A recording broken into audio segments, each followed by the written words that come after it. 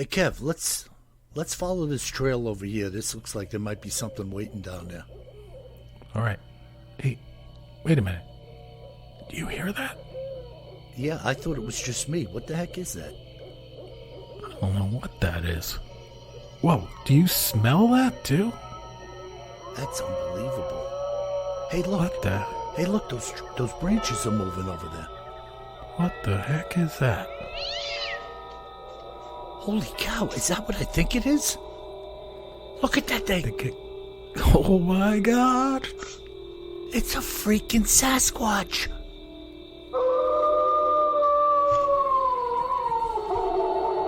Welcome to the Bigfoot Terror in the Woods Sightings and Encounters podcast. I am your host, W.J. Sheehan. Hello, everyone, and thank you once again for joining my brother and I for what is going to be a stupendous, did I say stupendous? A stupendous podcast, I guarantee. My name is W.J. Sheehan, and I have authored a series of books entitled Bigfoot Terror in the Woods, Sightings and Encounters, all of which are available at Amazon in paperback and ebook, and volumes 1 through 7 and soon 8 are available at Audible, iTunes, and Amazon in audio format. Please do check out a couple and purchase them. And now, my brother Kevin. How are you, Kev? I'm doing great, Bill. I'm looking forward to a stupendous podcast. I'm ready. That's what I'm talking about. Do it right or get out. How's the weather up there today? You getting a little bit of warmth? We had a beautiful day today. Yeah, it was warm today, but I'd say mostly cloudy. A couple of little spritzes here and there. But okay. We got a little water coming our way over the next week here and there. Okay. But it's good. You know, you need that. Yeah, we had like the first nearly summer day. Yeah. So it's good. I think I'm ready for it too. Yeah, we had a couple. You know, yesterday Paula and I went down to West Hampton. Yeah. And we were sneaking around the beach over there in the car, and went into the little town of West Hampton. Now, West Hampton doesn't even have a supermarket. Okay. The guy in the pizzeria told me, no, we used to have a Best Buy, but they got rid of it. I'm like, so what do the people do over here? I guess people go to another town, get groceries or whatnot, and bring them back over there, you know? Yeah, they're all pretty close together out there. Yeah, it's what a beautiful place, man. And they had this little town set up that you could just walk through and check out all the little shops. You know, you didn't need to drive in there. It lasted about an eighth of a mile, two sides of the street, and everything was pristine. And you know, as you can imagine, probably quite pricey. I was going to say, did you get yourself like a Louis Vuitton bag or something? Hey, Kev, you know, Louis not exactly my bag. I was thinking to carry shotgun shells. Yeah, that's it. You get yourself a $1,500 bag and load it up with 12 gauge. I figured you'd go in there and say, like, hey, you got one of these that's a little smaller that I can fill up with 12 gauge shells? Yeah, with dirt under my fingernails. 2 minutes later, the West Hampton police would be there. So, yeah, speaking of which, Bill, not the police being there or the shotgun shells, but I know we haven't talked about it in a while, and I know we got some mail about it where people don't know why we talk this way, other than how weird we are, but how we talk as we're so far apart from one another. And, you know, I live down in North Carolina, and Bill lives up in Long Island, New York. And it's been that way for many years. So we're about 600 miles apart, and we do this podcast every week on Skype. And so if you're wondering why we're acting like we're so far away from each other, well, we are we are that far away from each other. Yes. Well, that's the way it is, you know. That's the way it is. No doubt. So what do you got tonight, bro, in our Cryptids in the News and Other Oddities segment? Well, yeah, as you know, I am planning a little hiking vacation, maybe running into a hairy man or some bear or something like that for this summer up in New Hampshire, Vermont, and Maine. Uh-huh. And today we're going to Maine. Excellent. To look at a very old account of a hairy man encounter. I love the hairy man. Oh, yeah. That's a good one. And I like the old ones, too. It's not that I don't like the new, Right. but I like that there's some age to this discussion. Oh, yeah. Well, there's definitely some age here. All right. This story occurred in the same month that the Statue of Liberty was dedicated in New York. Wow. 1886. Kev, so help me. Before you said it, I was going to take a shot at 1886. See, and I should have asked you, but I didn't want to Yep. put you on the spot. And you pulled the trigger, and I was like, darn, I had that thing. I was afraid you were going to say 1776. I was just trying to help a brother out. You know? Yeah, I know. I mean, like they say in Europe, history in Europe goes by 1,000-year increments, Oh, yeah. and history in the States go by 100-year increments, Oh, yeah, man. But I was going to crack a joke and say the French didn't know how to make the metal work in 1776. No offense to my French listeners. Come on, it's a beautiful gift from France. Yeah, and they redid that not all that long ago. They did all the copper work and the internal supports and everything. Yeah, now, Bill, have you ever been to the Statue of Liberty? I have not. I haven't either. Yeah. It's hysterical, I think. Like I've sailed around the Statue of Liberty in that race that used to be on the 4th of July, the regatta there, about 20 times. But I've never set foot on Liberty Island or whatever it's called. And listen, don't let on to Eric, the lobsterman up in Maine, who's hoping you're going to come catch a lobster with him this summer. Oh, But what do you mean don't let on to him? well, he thinks you're going to puke your lunch. Oh, yeah. He doesn't know that you're a sailor. You know what I mean? Oh, now you're tempting him, Bill. He's gonna take me out to make me puke my lunch. Impossible. French. I was gonna Frenchmen never. tell Eric if I get sick out there, we got problems. Yeah. But this story was printed again or told about again in the Bangor Daily News on October 27th, 2013, so not that long ago. But the original story occurred in 1886 in a handful of newspapers in New England.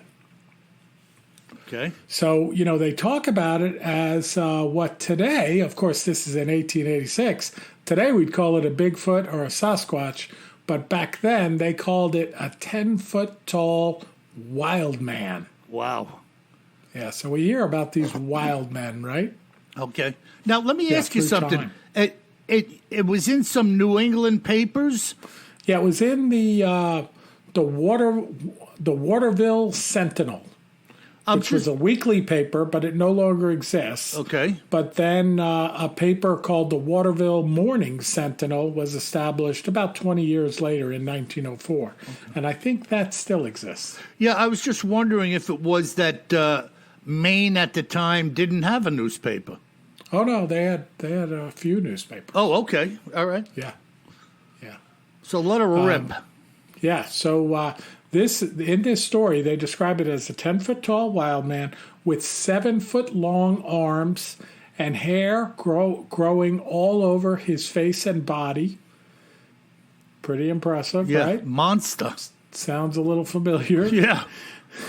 That's and they say that the main story, this story starts in early October, so in the fall, right? It might even be snow flying by then in Maine. When a frightened Frenchman from over the line, Maybe he's Canadian, right? I don't know what that means. I think over the border. Yeah. Yeah, that's what I was thinking. Arrived in the Elm City to weave a frightened tale of woe, according to an excerpt from the Sentinel. Wow. The Frenchman's story, which is implicitly believed, is that 3 men were camping out in the woods about 100 miles north of Moosehead Lake in Maine. Oh. 2 of the campers were away from the camp for a week and came back to find the dead body of their companion. Oh, boy. Exactly. And this unnamed Frenchman, the storyteller, they say possibly Canadian, so that makes sense, had his fellows in town all by the ears. So this is obviously a bit of Old English, right, in this story. Yeah. I'm reading it as it's written. Probably in a tavern or the ale house of some sorts, right? Exactly. Unbelievable. And he says, when he and the other camper discovered their friend was dead, they searched out others to form a posse to find his killers. They went for help and, reinforced by a dozen others, searched the woods for the unknown murderer. It proved to be a terrible wild man, 10 feet tall, with arms 7 feet in length, covered with long brown hair. The party fired several shots at him and finally succeeded in reaching a fatal spot, laying the monster down. Did they mention anything about the condition of the man that was found? They didn't. They didn't. Yeah, just murdered. Yeah, I would imagine murdered in a... brutal way. Yeah, right? some type of brutal way. Yeah, busted up or something. Yeah, stomped on, head busted open, whatever. Yeah. And they talk about how the story spread into all of the other newspapers around there. I won't get into all of the newspapers, but a Vermont newspaper started its story, "The Wild Man is coming to the front this fall." And this was 1886 that the whole thing went down? Yeah. That's incredible. October 1886. Now, he said his camp was about 100 miles, north of Moosehead Bay? North of Moosehead Lake. So right up there, in, what we would call Quebec today, close to Quebec, if not in Quebec. Yeah, and I mean, if there was nothing there, if there's little up there as far as population today, imagine what was there in the 1880s. Right. Right. And they talk about here, that other sightings go back to the 1850s, so back about 35 years earlier.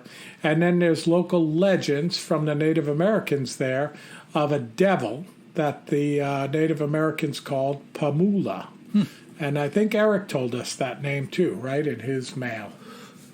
I'd have to refresh myself. I think it was Pamoola he mentioned. Pamoola. Yeah.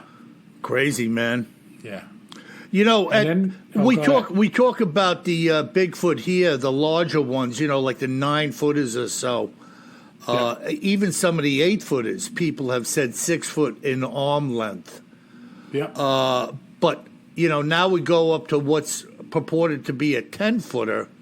Yep. And now look, we have to assume that the 10-footer was accurate because they put this thing down.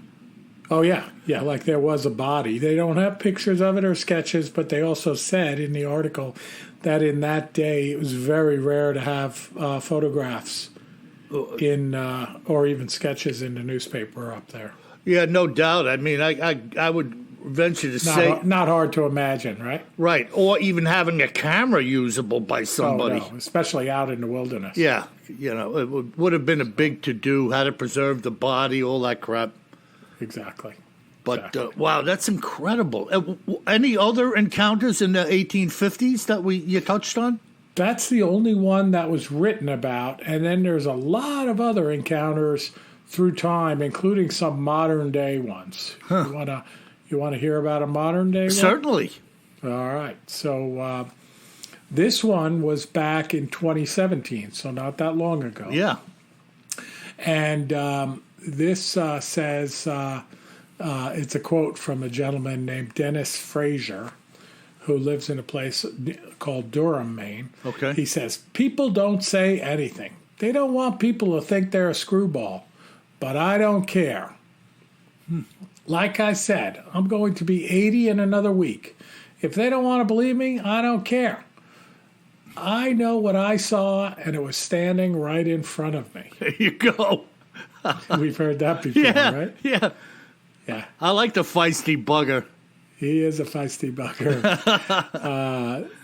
So he said that this encounter happened in his driveway 2 years prior. Whoa. And he said it was about 5:45 in the morning. He backed the car up out of the driveway, and he says, I go right up the driveway, and when I get to the top of the hill, I see this black thing. I slam the brakes on, and I almost hit it. This thing wasn't much more than 6 feet high, but absolutely humongous. Estimated it weighed between 350 and 400 pounds.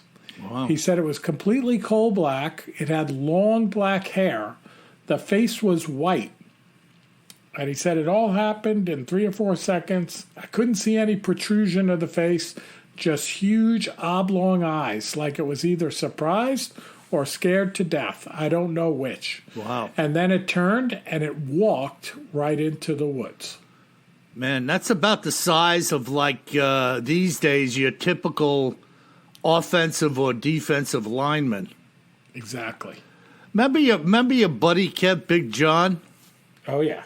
That guy was a big boy, man. Yeah, he was 6'8", 270. Yeah, he was a lightweight next to a Bigfoot. But I remember the first time I saw him with you, and I was like, holy cow, man, this cat is big.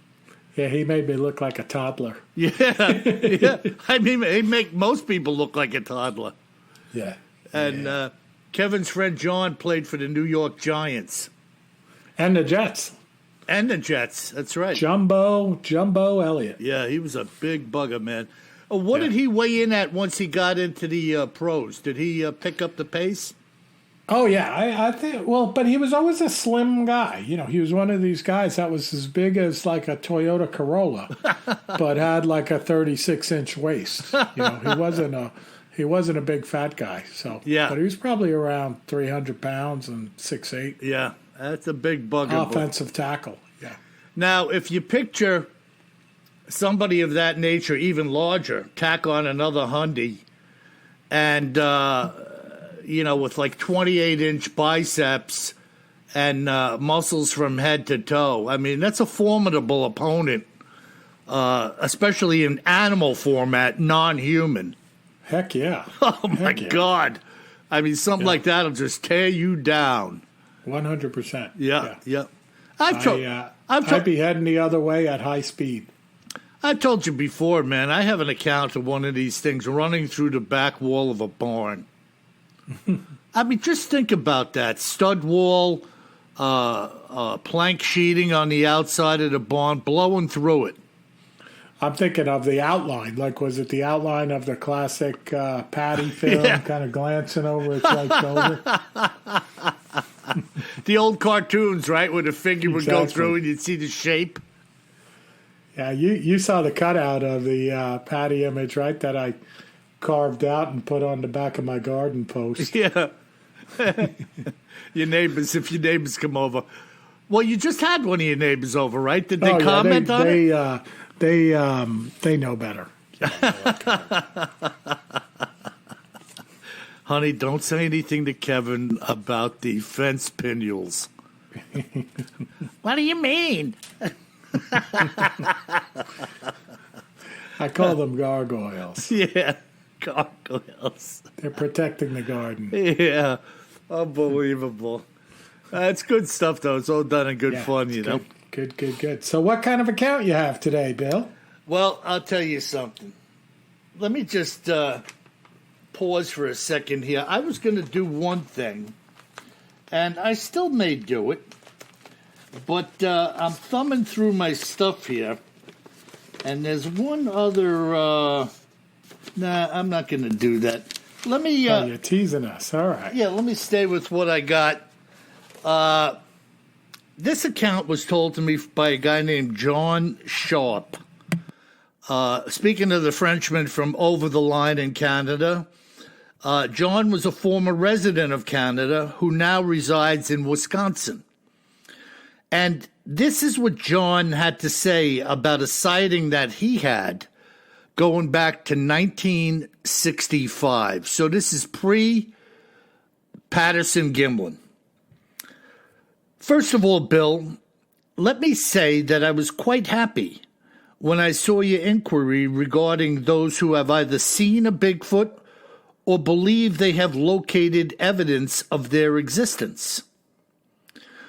Although I have told this tale many times, I am not convinced that any of those to whom I have told it through the years actually believe me.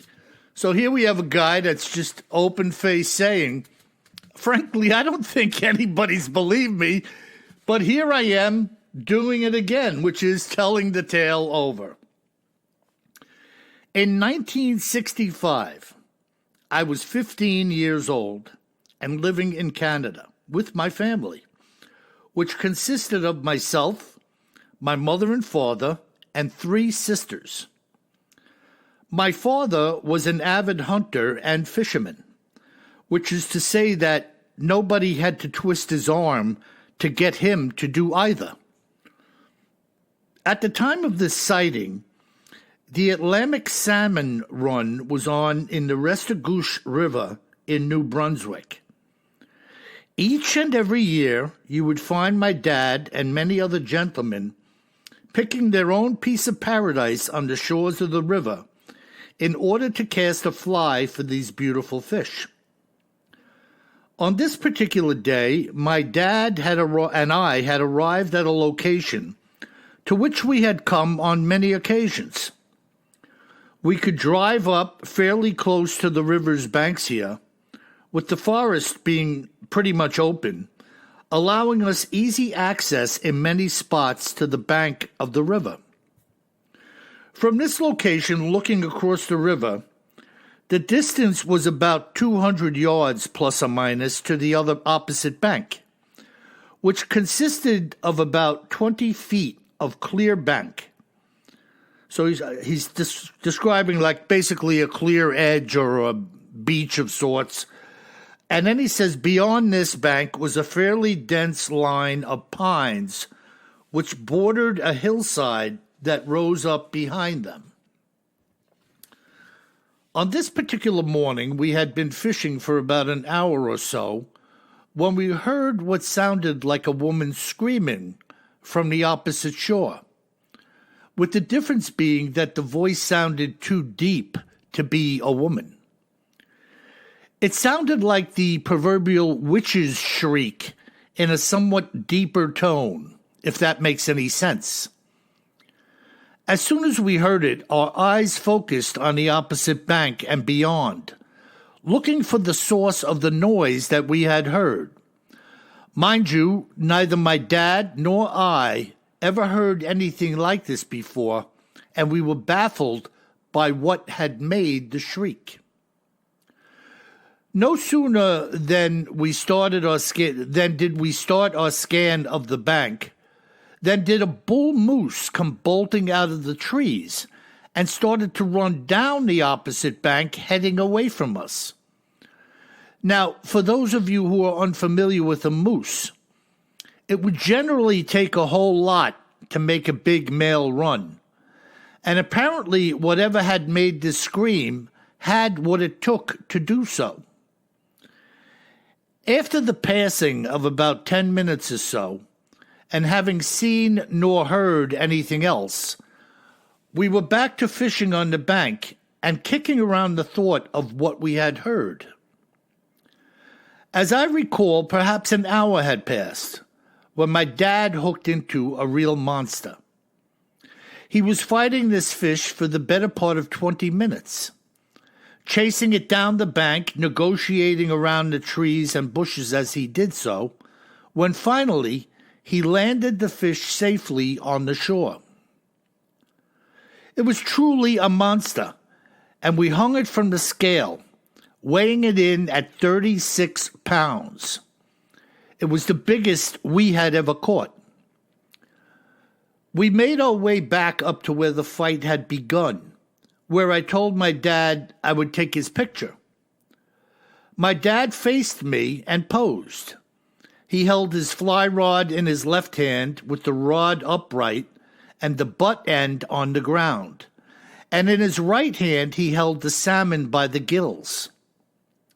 His back was to the river, and through the lens of my Kodak Brownie, I could see him against the backdrop of the river with the opposing shore behind him. At that moment, I saw a huge, dark figure come out of the trees and step onto the bank. Not wanting to startle whatever it was with sudden movements of any kind, I said to my dad quietly, "Turn around slowly and look at the other shoreline." As soon as he turned around, I was already coming to his side when he said, "My God in heaven, what is that?" At 200 yards or so, we could tell immediately that this thing was huge. It was walking on two legs and had exceedingly long arms which hung from its sides as it walked. It moved with a very steady pace, taking long strides, and it was walking in the direction which the moose had run earlier. We realized then that whatever this was, it must have been the source of the prior scream which we had heard. Although we didn't have any field glasses, we both had a very good view of this creature as it walked some several hundred yards down the shore until ducking back into the trees, after which we could see it no more. We had no idea at the time of any creature named Bigfoot, and frankly, we had no idea what we had just witnessed with our own eyes. Neither of us had ever entertained the thought of this being a man in a costume. The thought in and of itself would have been preposterous. There was absolutely nobody out here, and no way into that area except the way we had come on the opposite shore. And the shore we were looking at, where this creature was more than likely 1,000,000 acres of wilderness. Why, there wasn't even a home near this place for many, many miles in any direction. What we saw that day was a living, breathing, giant, hair-covered beast, which we now know was a Bigfoot. I, like many others, have shared this story many times, with the resulting comments being varied. So I wanted to offer it up within a forum where people may actually appreciate what I had to say, and so I contacted you. And by the way, John, if you're listening, I am so glad that you contacted me. And I wonder how many others are out there who have had such an experience as John's for themselves and have never shared it with anyone. What do you think of that, Kevin? That is super cool, Bill. 1965. Yeah. And here you are talking about the Frenchman hunting down this 10-foot tall critter with 7-foot long arms. And he's describing here very long arms, steady gait. Yeah, and up a bit north of there, right? New Brunswick. Yeah, just creature walking along, and they hear this freaking ungodly shriek he describes as being a witch. Phew. Can you imagine, though, being in the woods? I still think about that recording you sent to me a while ago. Oh, yeah, the one that sounds like a freight train. Oh, man. Yeah. And that guy was there with a couple of little kids. Yeah, yeah. Oh, man alive. Yeah. Off in the distance, sounded like a train, Yeah, I mean, if that thing was anywhere near to you and let that out, man, it would just blow your toupee off. Remember in the Little Rascals when they had that the guy behind the console while the band was playing? And the volume kept going up and the tubes were blowing out and his hairpiece was flying off. What the heck was the name of that? The Marching Maritime. They had some crazy name for their band. Yeah. I got no chance at recalling that one. You might. Yeah. Whatever they were awful. But yeah, this is something else, and you and I can both relate to it. Like being there, fly fishing, and somebody taking your picture, holding your prize catch, and seeing something across the way in the background, right? Yeah, and 200 yards. His estimate was 200 yards. Yeah. Not necessarily that far, where you couldn't see. When I'm thinking 200 yards, Kev, I'm visualizing being in the end zone at Sachem Field. Yeah. And looking like to the back wall of, say, Somerset. That's probably more than 200 yards. Yeah. But I could easily see you walking along the sidewalk behind the building there and totally identify what I'm looking at, Oh, yeah, no doubt about it. Yeah. So 200 yards is not a stretch, especially if you're looking at some kind of monster. Yeah, if you're looking at something 10 feet tall, covered in hair, standing on its feet, Yeah, walking really strange, Yeah. Kind of loping along with that pendulum-like arm swing they have, No doubt about it. I mean, you're not going to mistake a bear for the monster. No, there ain't no way, man. Yeah. It always brings me back to the Patty film where you're looking at it just like kind of... you're not thinking, wow, that might be a bear. No, and very deliberate movement of the arm, and then it just rolls its head around to take a look and just keeps lumbering forward, like it's on a mission, Yeah, no doubt about it. These things, look, let's face it, these things fear no man. They're not afraid of you. They may walk away from you if that's their dispensation for the moment, but they're not afraid of you. Right.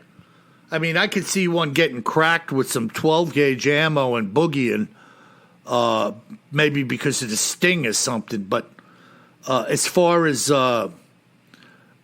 being afraid of you, no way. I think they'll just stand their ground. They'll come or go as they please. Yep. Amazing, man.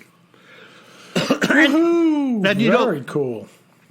That 1886 encounter, it's just mind-boggling. I wish I knew a little bit more about what the Indians in that area had said going back, because they were mentioned in the piece, right?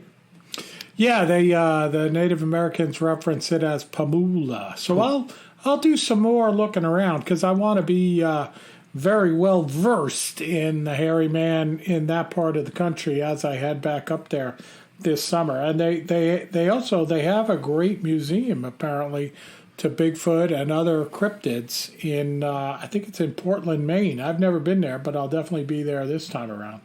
Yeah, make sure you pick the guy's brain up there and see if he can turn you on to any eyewitnesses. Yeah, absolutely. I mean, it'd be great to get a little, make a couple of contacts while you're in the neighborhood, Super cool, absolutely. Did I tell you I spoke to that guy, Daryl, the other day? You were talking about him, and I think... Yeah, I was teasing that he was with Daryl and his other brother, Daryl. Yeah. Yeah, well, he's a cop retiring very soon. Right. And he's becoming the sole BFRO rep in Montana. In Northern Idaho. Northern Idaho, excuse me. Yeah. So this Priest Lake, that's a hotbed up there. Yeah, this guy can become, I mean, if he's willing to do it, and I asked him if he would be an excellent resource. Yeah. Did you tell him the pay is non-existent and the hours are long? I don't even discuss pay. Do your work and shut up. So where you at, brother? Where we got in our mail today? We got some good listener mail in. Right. First one comes from Will. And Will writes about materials used in luring Bigfoot. like attracting Bigfoot. And Will says, your radio podcast rocks. I learn more about Bigfoot and cryptids here than most places. WJ and KJ have this way with words and data that makes me good with being a quote-unquote regular listener. Stellar reporting on the weird drone mystery. How weird. And he says, has there been any more evidence brought forth upon the effectiveness of using a rattlesnake and or an eel as an effective lure of sorts to try to bring in potential Bigfoot into the area? The last I read, which was years ago, there were varying reports of the effectiveness of elk, lamb, and possum, with a lone report of a wasp jerky being used in a unique circumstance. I believe there is something about the wadding process which makes this rather repulsive nougat attractive to the Bigfoot. And he talks about Professor Stroke's Goose Lake reports indicate that mixing the different wads tended to repel the Bigfoots, as indicated by their bending oak after oak over like wire coat hangers as they fled. I'll never forget that haunting passage from the testimony of his endeavors. Thank you for all the good work you do and all involved with getting your work out to the people.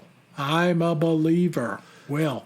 Yeah, Kev, did you, when I looked at that, as you know I have, what is that terminology, wadding? I don't know. I was going to ask you. Yeah, I have no idea. I'm guessing they kind of wad it together in a ball, maybe, you know. Well, he's talking about snakes and eels and... yeah, I don't know. Very strange. I was ready for you to answer that one. Yeah, no, I wish I could. If anybody else out there knows what the fella is talking about in reference to wadding... Yeah, or what's used to attract, successfully attract Bigfoot. I don't know. The only thing I've ever seen people use is like when they call it gifting. Yeah. I've seen people use some dumb things like putting donuts out there and stuff, which it may not be dumb, but it sure looks... and stuff like that. Yeah, it sure looks dumb, to put a frosted... cream-filled donut out there. Well, it's pretty, for me, it's impossible to say, I put the cream-filled donut out there and it's gone. It must be a Bigfoot. Like, yeah, listen. Really? Could have been anything. Could have been me. Exactly. If I saw a Bavarian cream donut laying on a log, brother, it's gone. Now, what would be cool is if you're in the middle of nowhere in British Columbia, you put out a Bavarian cream donut, and then you come back and there's 2 boxes of Bavarian cream donuts there. Remember the coyote in the Roadrunner? He'd hang a sign over a tin of bird food, and it would say, like, eat me. Yeah. And the Roadrunner would just go by and eat it like it was nothing and then take off. And he'd go look at it like, why didn't this work?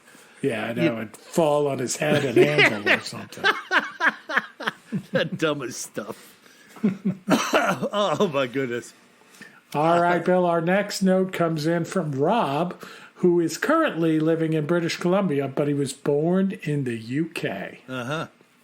And Rob listened to one of our recent podcasts about the big cat sightings over the years in the UK. Yeah, here we go. So this is good. This is what we asked for.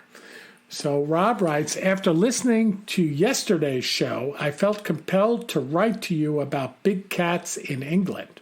You see, I was born and bred in the town of Barnstaple, I'm sure I'm pronouncing that incorrectly, in the county of Devon in England, very close to Exmoor and Dartmoor. I'm a country bumpkin, so to speak, and am now a landed immigrant living just across the border from Washington State in British Columbia, home of a mutual acquaintance of ours. Yeah. He says, I was a school kid when the Beast of Exmoor hit the headlines, which it did on a regular basis in the early 80s. I became quite obsessed with it. It was both scary and exciting as a school kid. A close friend of my dad's, a wealthy businessman with about 50 acres of woodland and a trout farm, claimed to have seen the big cat in a field near his property, so that just did it for me.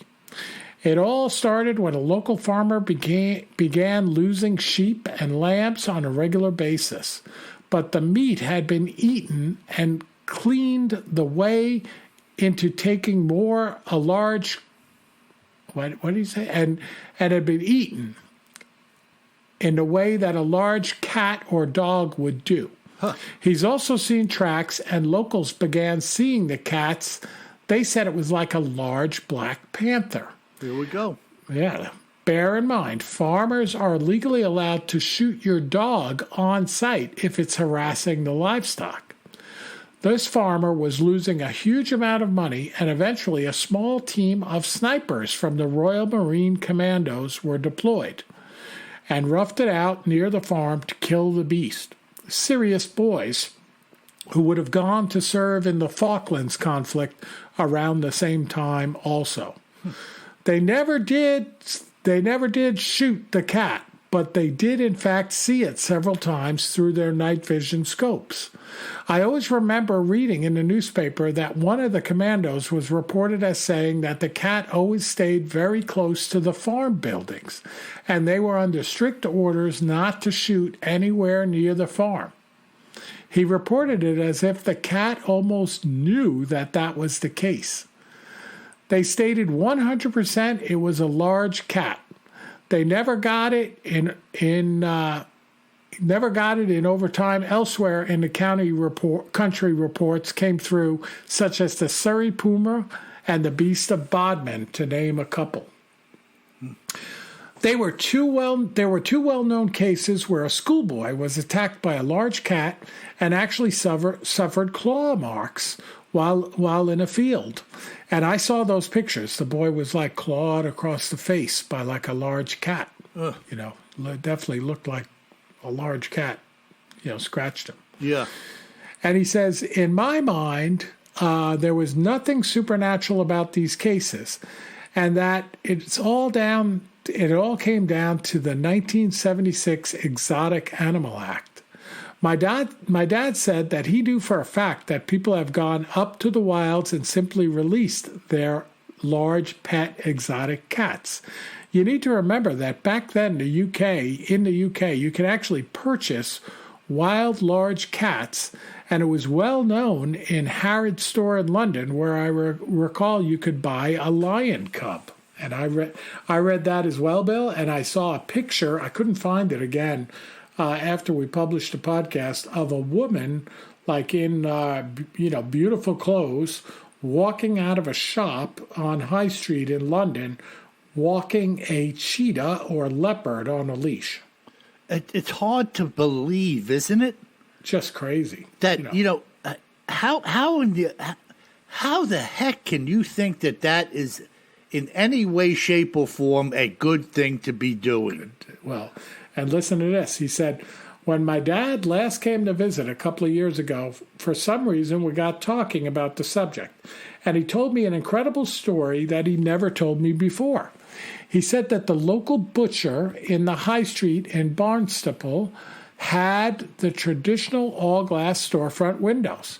He said in the evening when you walked up the high street, what you saw looking out at you was a large, what he described as puma in the shop front door. It was used as a burglar deterrent by the owner. Unbelievable. He said if you'd had a few pints in the pub and walked past, it gave you the fright of your life. Oh, my God. No kidding, right? And he says no guesses as to where this large cat ended up. Yeah. So, Kev, what is it? It's as I was thinking that these things were released. Oh, same thing I said. Yeah. Yep. They were released over there by people. Yeah, it was okay to have these cats until 1976. And then they passed this Exotic Animal Act where, you had to get a permit for them, try to get a permit for them if you could, and then pay a fine. So people just let them loose, right? They're not going to kill them if it was their pet. Yeah, I mean, very irresponsible, but nevertheless, I am certain that people let those things go. Yeah. And Rob writes, I'll just finish it up because this is a great letter, Rob. Thank you so much. He said, thought I'd give you these little snippets. I love your show. And yesterday's show brought back many good memories for me. And I actually felt a little homesick. Keep up the great work and stay safe, Rob. You know, two things. Rob, if you're listening, and I bet you are, I'd really like to know what prompted you to move from there all the way over to the northwest coast, up where you went. But having said that, it's the perfect example when we cry out to the listeners and say, if you've seen something, say something. This is a guy that's just gone above and beyond in his writing to us with what he knew, what more he knew about these cats, the big cats in that area, you know. And folks, do not be shy. Reach out to us. If you've seen something like Rob, it doesn't have to be as elaborate, but just feel free to contact us and lay it on us, whatever you've seen, whatever you know. Don't be afraid.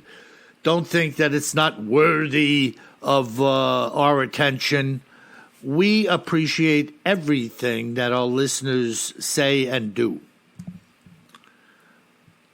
Awesome. Good stuff. All right, Bill. We got another letter here from Marisol in Buffalo, New York. So up in the upper left of New York State. I do a fair amount of backpacking in the northern Adirondack Range.